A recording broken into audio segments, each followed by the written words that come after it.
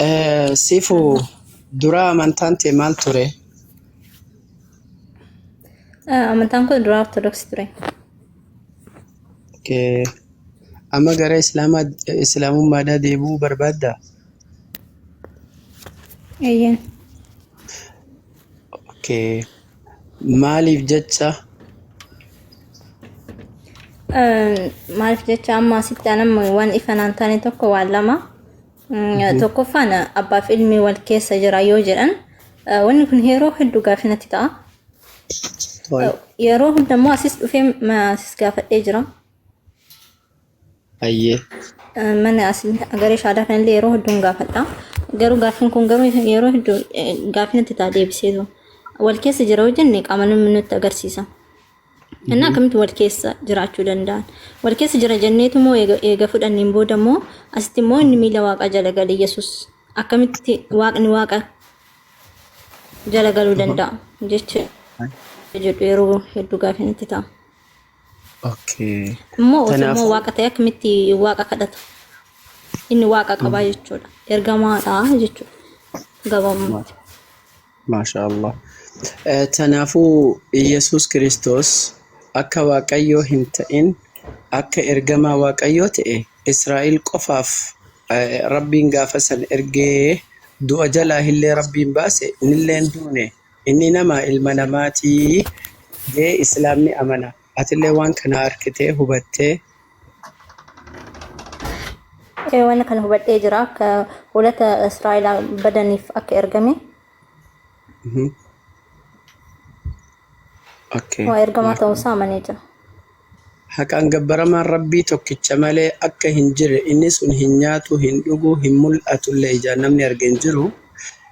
Inni hin dhalatu jettee sii galee. Eeyyani Waaqni hin dhalatus hin dhalu. Sirriin galee jira. Okay. Nabiin Yesuus immoo nyaata nyaatee jira. Yaa sirrii. Nabi Muhammad sallallahu alaihi wasallam ergamaa alama guutuuf ergaman ergamaa xumuraa fi goolabbii ergamaa Rabbii akka tahan amantee? Eeyyani amanee jira. Islaamummaa qabachuu kee kanaaf gara Islaamummaa deebi'uu kee kanaaf namni si dirqe yookaan immoo birrii si kanina jee namni si sossobe ni jiraa? No, namoonni jiru jechuun gorsa namaatiin osoo hin ta'in dhaggeeffadhee dhugaa baradheeti kan garaan dhufe malee namni maallaqa naa kennee yookaan immoo namaa jecha dhufeeti miti. Okay. Kasi sodaachisee fi kasi sossobees hin jiru jechuudha. Hin jiru no. Sodaa namaatiin osoo hin ta'in dhugaa jirtu argee Yesuus Kiristoos akka ergamaa ta'e hubadhee akka Waaqa qabu hubadheeti kan garaan dhufe. Maashaallah tabarakallah. Baga Rabbi si waffaqee obboleettii tiyya eebbifamii. Haye eenyutu mee itti fufaa? Ustaaz Abu Talha. Qabsiisaanii barakallahu fiikum. Sunummaa. Ayye. Waaniin siin ja'u na jalaa jettaa.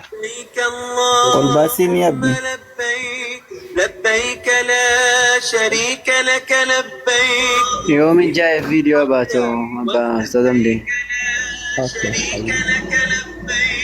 يوم الجاي فيديو أباتو Garuu dhiifama waliin bakkeen jiru viidiyoo ba'uun naaf hin tolu. Maal jette? Dhiifama waliin bakkeen jiru viidiyoon ba'uun naaf hin tolu. Okay. Hankuma shaahadaa qabattullee moo? Bakkeen taane jira ustaaz isa dhugaa Waaqa. Ayyee rakkinaan qabu. Hoo dandeechan akkana na qabsiisa. Ayyee taate. Ustaaz Abdi dhageessan? Abdi Musa. هاي اتفاق بريدة اتفاق. طيب. مسكالة مرمر راني كبدا. Masqalan qabu. Tole. Harka kee quba mirgaa habbaa tokko akkatti ijoolleen shaadaa qabachaa turte hin beektami? Eeyyan argeen beeka. Harka mirgaa quba deemaa xiqqaa kan akkana ol qabda. اوكي طيب وان جونا جلاجت أشهد ان شاء الله. اشهد أن لا إله ان لا اله إلا الله الا الله وأشهد واشهد أن ان محمدا محمدا عبده ورسوله عبده رسوله وأشهد واشهد أن عيسى ان عيسى عبد الله عبد الله ورسوله. ورسوله. ما شاء الله. أوكي أفان أوروموتينين جا جتشو مخانا نجلا جت أني أني كيسك يعني تأمني كيسك يعني تأمني قلبي تيان دقومسي قلبي تيان دقومسي الربا خيان دبت الربك يان دبتي حقان جبرمان حقان جبرمان الله توكيتش مالي أكا هنجره الله توكيتش مالي أكا هنجره رقام بها رقام بها أماس كيسك يعني تأمني أمس كيسك يعني تأمني قلبي تيان دقومسي الربا خيان دبت قلبي تيان دقومسي الربك يان دبتي نبي محمد نبي محمد قبرتش ربي في قبرت ربي فيه إرقما ربي إرقما ربي خانت أمورا أكتهن كانت أمرا أكتان الدنيا قوتوف أكا إرقمان الدنيا قطف أكا إرقمان رقابها رقابها أماس كيسك يعني تأمني أمس كيسك يعني تأمني الرب قلبي تيان دقومسي الربا خيان دبت قلبي كيان دقومسي الربك كيان دبتي إيه نبي عيسى نبي إيسان يوا يسوس كريستوس يوها يسوس كريستوس ربي أكنتهن ربي أكنتهن إلما ربي سكنتهن إلما ربي سكنتهن نمكته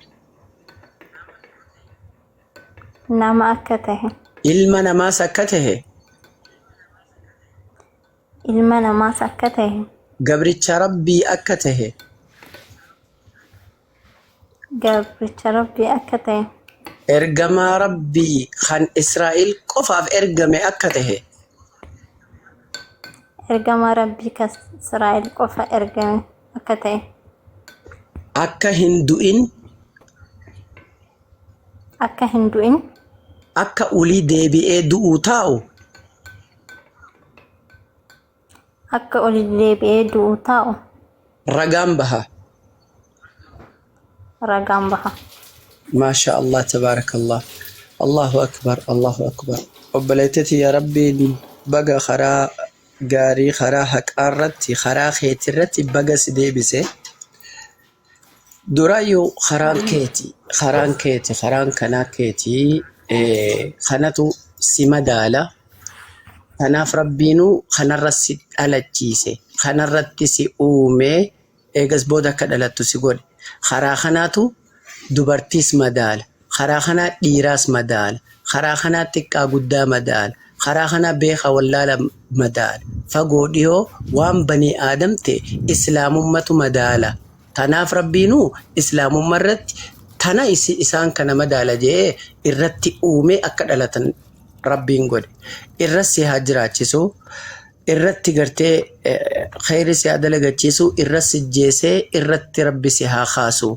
Baga gara amantaa islaamaa amantaa beekaa fi beekumsaan hoogganamtu baga rabbiin si deebise gara amantaa ifaadhaa fi ifnanaan jiraattee gartee dagaydee ilaa guyyaa qiyaamaa gubbaa aantee jiraattu amantii tee tajalqabaa gama waan keetiitti rabbi baga si deebise siin jedha. Warra irratti sabatee barnoota irratti gartee zig godhatee barnoota amma baratu amantii islaamaa amantii barnootaati baromsa namatti gabaatu rabbi si haa godhu gufuu gufaataa hunda jechaa godha kadhunfaa fi gamtaa.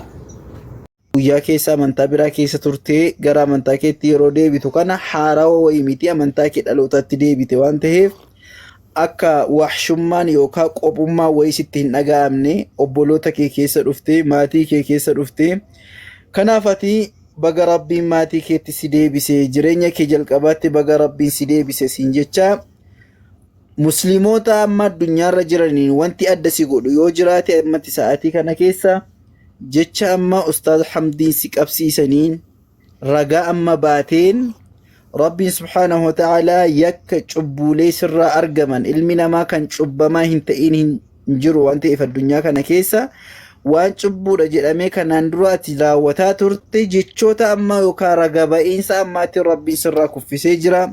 Wanta tokko duwwaadha wanti irratti hafu yoo jiraatte isheenis yoo namni dingata maallaqa si biraa qabaate qabeenya si biraa qabaate qabeenya isaa maallaqa isaa sana duwwaa deebisuurraa wanta hafe waan cubbuu biraatiin wal qabatu guutuu isaa jecha ammaatiin Rabbiin irraa si qulqulleessee ati har'a akka daa'ima garaa haadha isiitii baateettidha kan cubbuurraa deebitee jirtu. Kanaaf ammoo Rabbiin sabaata akkasii kennuuf islaamummaan akkuma jalqaba irratti siin jedhe amantaa barnootaati. Ustaaz Muzilillee kanuma sii kaasee jira. Waan akka warra kaaniitti yeroo hunda wanti lallabamneef maaliifi ragaa amma baate kana beektee akkati baatutti si ajaja shari'aa islaamaatu. Beektee akkati baatutti malee ragaa baatee kaatee akkati beektu miti. Kanaaf hubannoo isaa dursanii si gaafachaa turan ustaaznillee amma hubannoo shahaadaa irratti qabdu kana barnoonni biraallee salaanni jira, soomni jira, wantoonni jira siin jedhamu kun guutuun isaa immoo jireenyuma kee keessatti aara galfii sii kenna, tasgabbii sii kenna. Gaafa salaata salaattu ati salaanni amma sirratti dirqamadha. Kana booda salaanni kun ta'aabii wayii miti. Bakka itti booqattu, bakka itti gammaddu, bakka itti hariiroo kee Haaliqa kee uumaa kee wajjin walitti dhuftee gammachuu hirkaataa keessatti argattudha. Boqonnaa sammuu keetii fi kan salaanni dhufe malee si dadhabsiisuudhaaf miti. Shaa'irri islaamaa wanti islaamummaa keessatti raawwatamu guutuun isaa madda galmachuuti. Yeroo sadaqaa sadaqattu, yeroo salaattu, yeroo soomtu guutuun isaa fayyaa keetiif, qaama keetiif, qalbii keetiif, sammuu keetiif fayyina waan ta'eef baga gara amantaa kanaatti dhuftee kana immoo barnootatti jabaadhu adaraa barnoota siin jedha. Asumaan immoo wantan siidhaamu maatii kee amantaa biraa keessa jiran firooma isaanii kan kanaan duraa caalaa daran cimsitee fufuu qabda. Naamusa kanaa wajjin dura maatii kee wajjin qabdu abbaa haadha kee haa ta'u, obbolaa kee haa ta'u, firoota kee haa ta'u, naamusa isa kanaan duraa caalaa daran bareechitee akhlaaqa islaamummaatiin itti dhihaachuun, haala gaarii itti agarsiisuun, jarri na lolaniiru jettee ati sirraa fagaachuu osoo hin taane utuma ta'ee jechuudha. Naamusa kanaan dura qabduuf caalaa abbaaf haadha keetiif kabajaa kanaan dura qabdu caalaa itti agarsiisuun kaayyoo shari'ichaati waan ta'eef bakka amantichaatti bakka aqiidaa sanaatti ishiin jedhiin jedha malee isaan khaddamuu, isaan tajaajiluu, isaaniif ajajamuu, isaanii kabajuu keessatti akkuma yeroo kaanitti wajjiniin jiraadhu osoo masaan amantaa biraallee qabaatanii naamusallee akka bifa kanaan itti fuftee matti agarsiistu siin jenna. Rabbi thabaata irratti siifa kennu. Wassalaamu alaykum wa rahmatullahi wa barakatuh.